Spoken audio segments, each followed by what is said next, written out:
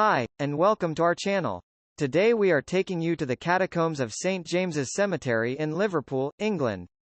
St. James's Cemetery is an urban park behind Liverpool Cathedral that is below ground level. Until 1825, the space was a stone quarry, and until 1936 it was used as the Liverpool City Cemetery. It has been designated a Grade 1 historic park by Historic England. The workings and operation of the cemetery predate the cathedral to which it does not belong.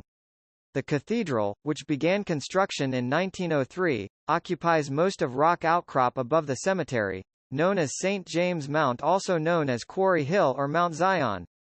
In 1771 Whit is established as Liverpool's first public park. The cemetery has two entrances which are always open.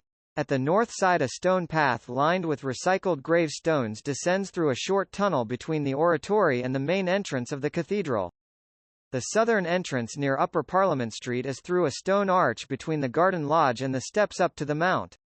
Notable features include the Huskisson Memorial, a natural spring and a system of broad ramps lined with catacombs.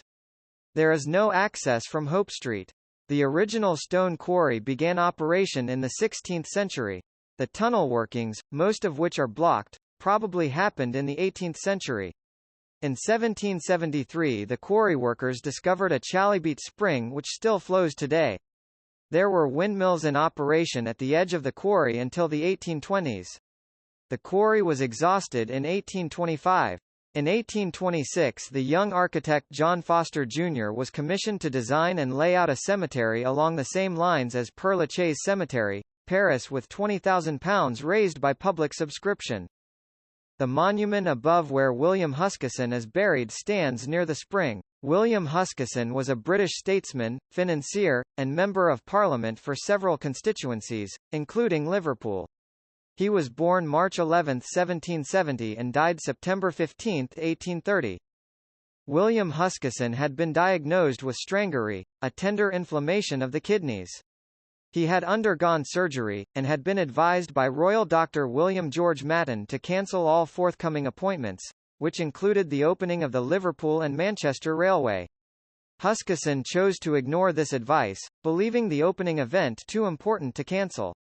He rode down the line in a special train constructed for the Duke of Wellington and his guests and dignitaries, pulled by the locomotive Northumbrian, which was driven by George Stephenson himself.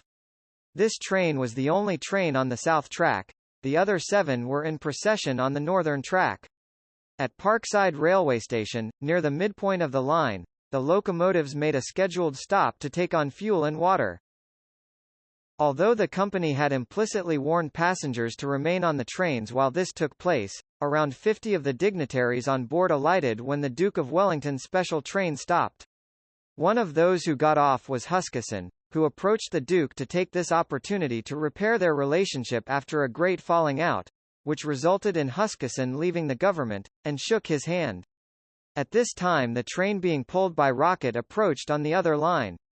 Rocket was being driven by Joseph Locke, George Stephenson's assistant and future eminent engineer in his own right. A shout went up, "An engine is approaching. Take care, gentlemen." The other disembarked passengers either climbed back into their seats, or stepped over the northern line and completely out of the way. A third option was available, to stand with one's back to the stationary coaches, as there was a 4-foot gap between the lines, and even though the Duke's private carriage was wider than a then standard carriage, it would have still been possible to stand between the stationary train and the travelling train and remain safe. However, what unfolded was a calamitous series of events. Huskisson was known to be clumsy, and had endured a long list of problems from his regular trips and falls. He had twice broken his arm and never fully recovered the use of it. Added to this, he was only a few weeks post-surgery and was present against his doctor's advice. On realizing his danger he panicked and made 2 attempts to cross the other line, but changed his mind and returned to the Duke's carriage. At this point Joseph Locke became aware and threw Rocket into reverse, but it would have taken 10 seconds to have any effect. Huskisson then panicked that the gap between the 2 trains was not big enough and so tried to clamber into the Duke's carriage.